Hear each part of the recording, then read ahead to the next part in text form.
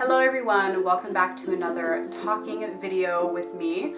I set a poll on Instagram and I asked what kind of videos sounded the most interesting, and right now it's a pretty tied response. It is totally tied.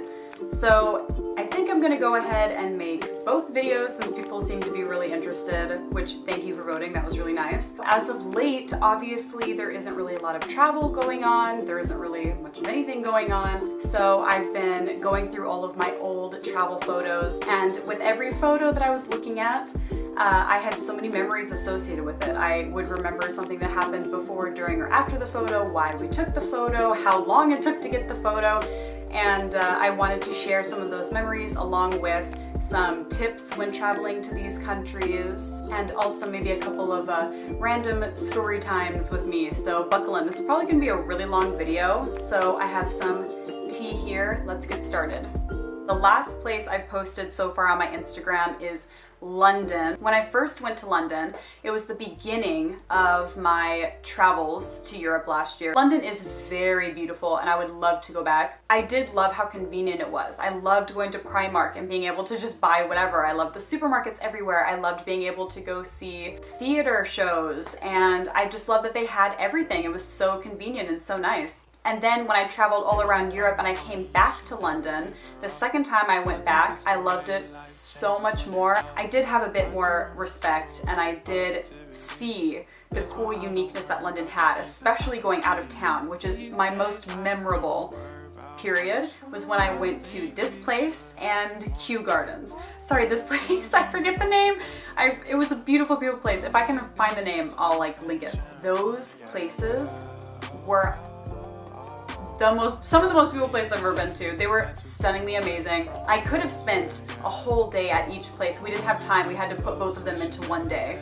But it was just so beautiful, so beautiful. Yeah, the overall architecture of London I really love. I also really love how diverse it is. I love that if I want Mexican food, there's Mexican food. If I want Italian, there's Italian. If I want French, there's French. Like, they just had everything and it was just so nice. I could totally see myself living in London, maybe some point later on down the line. But yeah, my most memorable times are those two places, and also Harry Potter. That was like one of the things I was the most excited about, was going to go to the, what is it? Oh, the studio tour. That was the day when I was sick as well, by the way. I got sick on my first day in London, which probably also didn't help. Like, my first week in London when I'm sick as hell, not fun. I had a bit of a headache, but we kept pushing through, but it was so cool. It was so cool. It was not at all what I expected because I didn't do any research about this place before I went. It was such a unique thing to experience and to see all of the real pieces that they used and how much time and effort and money it took to do these things. Very, very cool.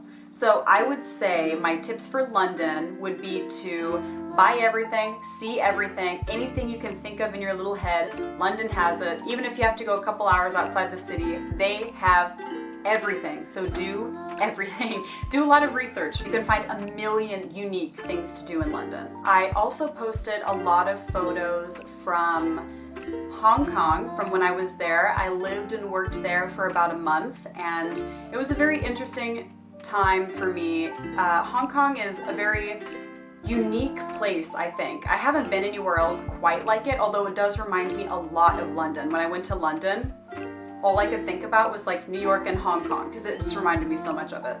But Hong Kong was really interesting. There was a lot of nature, which was nice. I was really lucky, and actually I didn't post these pictures, I don't know why, but I got invited to a yacht party, my first and only yacht party, which was so much fun. And I don't have a picture for this, but the owner of the yacht had one of those like water skis, no, what is it? Like a water jet or whatever. And he was asking who wanted to go with him to ride it. And I was the first one to be like, hey, let's go. And so we like rode around and I was like screaming because it was so scary. And then he like kept going faster and faster and faster. I literally thought I was gonna like flip over and die, but it was also so much fun. So that was a blast. That was maybe the best thing I did in Hong Kong, was that yacht party. Also, the temples were beautiful, and my last week in Hong Kong, San actually came to visit me, so we stayed together. I've also posted a lot about Europe. My most recent Europe trip, I posted, let me see. The first one I posted about was Sweden, which Sweden was so beautiful. And the thing that I remember the most about Sweden is that it smelled so good. Like, not just a fresh scent, but like, I can't even describe it. Nowhere else I've been smells like Sweden. I remember getting off the plane and being like, did all the other places I've been to in my life smell terrible? Because why does this smell like the best place I've ever smelled? It was so bizarre, but the whole time I was there, it smelled beautiful. The neighborhood I was staying in, I stayed in Airbnb. The neighborhood was beautiful. It was maybe 20 minutes outside of the center, and there was hiking trails. That is definitely also my most memorable moment, was walking through those hiking trails. And it was misty and hazy. It was like late afternoon, and I thought like, oh my god, like I'm gonna have to go back soon because the sun's going down. But actually they had lanterns that were all lit along the walkway, so you could just stay out forever and walk. And it was so nice. It was like so calming, cool and crisp, and just beautiful. There were leaves everywhere. It was so nice. Turn on some music, listen to music while, you know, on the walk. That was maybe my most memorable point of my whole Europe trip last year. It was just so nice. My second memory, like most like in their memory from Sweden, is when what is it called? Oh, meatballs for the people, I think. Best Swedish meatballs I've ever had in my whole life. And the potato puree that they served it with, so good. I've actually attempted to make it since I've been home. My meatballs are nowhere close to theirs, but my potato puree was pretty good, so got some good inspiration from them. My tips on Sweden would be maybe see more of the countryside. Stockholm is so beautiful, and the people are pretty chill, and everyone speaks English, which is unbelievably helpful. But the nature is just on a whole nother level, and the little houses are so cute, and it's incredibly safe, so you can go out alone, which is amazing. Their 7-Elevens are the best in the world. I don't know why people say Japan 7-Elevens are amazing. They're nice, don't get me wrong, they're nice. But compared to Sweden 7-Eleven, girl. And another thing that is just stained in my memory forever is this stunning studio that I saw. It's like a museum. I forget the artist's name. He's so famous. I'm pretty sure he's the most famous Swedish artist, I believe. His statues are all over the city. Oh my god, his studio was like a dream come true. That was one of the few places where I really truly didn't want to leave. I don't normally feel that way about everywhere. Most of the time I'm like, oh, I'm tired, like it was beautiful, but I'm definitely ready to go home and relax. Here, I mean, I felt like I was gonna cry leaving. It was so hard to leave. I wanted to live there forever, and I would love to go back. Someday I would really love to go back. So the next place I posted was Paris, France, which I have some interesting stories about Paris. I feel like the places where I've stayed the longest, I have the most insane stories. So Paris, I was there for what? A week? A little over a week? I don't remember now. The Louvre. Oh man, the Louvre. I have to go back. I swear, we were there for 6 hours. 6 hours at the Louvre, and I don't even think I made a dent in it. I tried my best to hit up every spot that I could. There was obviously very specific art pieces that I wanted to see, but I still felt like I didn't see the whole thing. I would love to go back. It was amazing.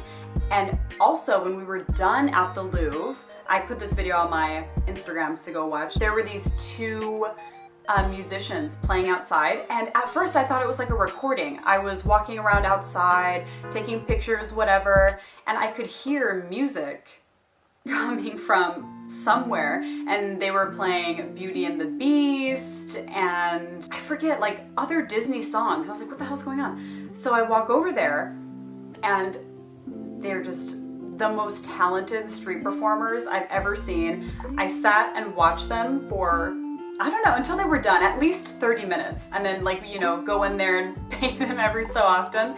But they were just so talented, and I just felt so blessed to get to watch them play. It was amazing. Also the cathedrals, Saint-Chapelle, sorry, my French real bad.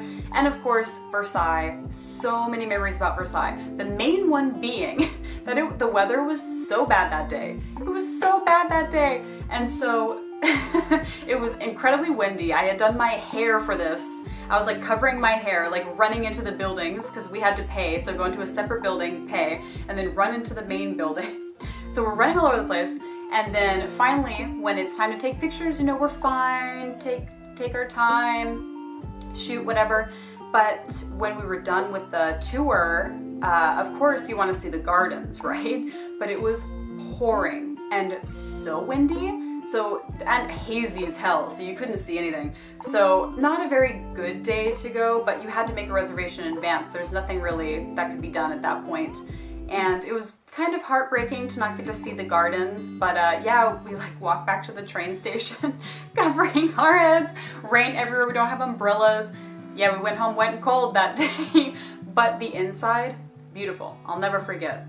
The next place I posted about was Morocco, which I feel like Morocco, I probably have the most memories about Morocco, and they are so mixed. I have like strong, amazing memories, like it's the most beautiful place I've ever been to. I also have some really strong negative feelings. It's a place where I put up with the most BS. So I feel like maybe I should just make a whole nother video about Morocco because there's so much. I love it. By the way, I'm talking about Marrakesh. I only went to Marrakesh, but it was, I swear to God, the most beautiful place I've ever been to. In my whole life, more beautiful than Europe, more beautiful than Asia, to me, you know, to me. Everyone has their own style, right? But Morocco, there was just something about it that just felt like magical, and it felt so distant. It's so weird. It's so close to Europe, right? It really isn't that far away, but it felt like I was on like another planet or something in the best way possible. It felt so interesting. I don't know. I just had like an emotional, like spiritual connection when I was there. I feel like I've only had that with a couple of places, Morocco being one of them. In Morocco, I test shot with a photographer these beautiful images, and he was super, super nice. And we were just talking, and he said, like, do you want to come to dinner with my wife and I? We're going to like a work-related dinner, kind of. Like we're gonna meet everybody. It's gonna be like a social event. And I was like, yeah, totally. Like, I'd love to go. And that spiraled into the most amazing times I had on that trip. I met his wife, who was great, and I went over to their home and she taught me how to make couscous, the biggest couscous I've ever had. It was delicious. We couldn't finish it, but it was really good. I also met Lisa. She took these beautiful pictures of me and her husband, and her boyfriend, who drove us out to this beautiful, I think it's a hotel. I met the owner. He was in Vogue Home. And oh my God, this home was amazing. Lisa's an architect, so she was looking around, taking notes, taking inspiration, and we went with a bunch of other girls whom I got to know very well and I really liked. We went to dinner with those same girls, and then at that dinner we met more girls, and then we all went to the YSL museum together, and then from there one of the girls went to the hammam with me. It was just like constantly hanging out with these girls, and everyone was so amazing, so amazing. And we saw and did so many cool things. And that's it for this video. I think I will be posting more of my travels to my stories, and then maybe make a part 2, 3, 4, 5 to this video, who knows. And if anybody has any questions, please ask them and I will do my best to respond. Thanks for watching and listening to my stories. Traveling, especially solo, has been such a blessing in my life. It's taught me so many things, and I can't wait to solo travel again, hopefully next year. Hopefully things will be calm next year. So thanks for watching, and I'll see you later. Bye!